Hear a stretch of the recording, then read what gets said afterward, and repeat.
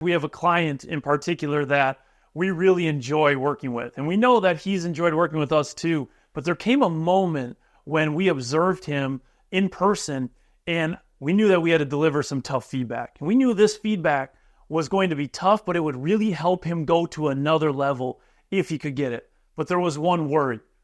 What if he says, screw it? What if he says, I don't want to hear that anymore and I'm out of here? Have you ever had that in business where you had to take that risk of this conversation could go wrong, but in my heart, I need to have it?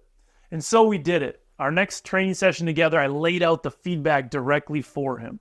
I could tell that he was processing it, and I could tell that it stung because it was personal feedback about how he showed up in the moment, how he could have used his words differently, personal things. And he left that conversation, and I was going to be curious how he was going to come back. So 2 weeks later, we jump on a phone call together, our next session. And he starts off by going, Lucas, I've been thinking about that feedback you told me every single day these past 2 weeks. So now I'm going, all right, where's this going? And he said, I want you to know that when I got off that phone with you, I did not like you. In fact, I started to wonder, why the heck am I paying for this guy to tell me feedback like that? And I was pretty upset for a couple days. But then it started to dawn on me that, you know what? That what he said is absolutely right.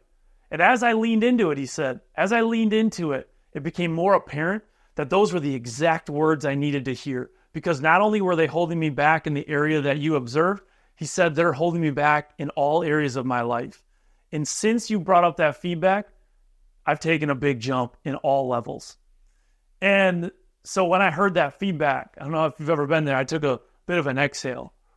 But to this day, it's feedback that I know has helped to transform his life. And very easily, I could have skipped it over. I could have skipped it because the short-term risk might have been too high. But a question that I have for tough conversations is, are we willing to take the short-term risk for the long-term growth?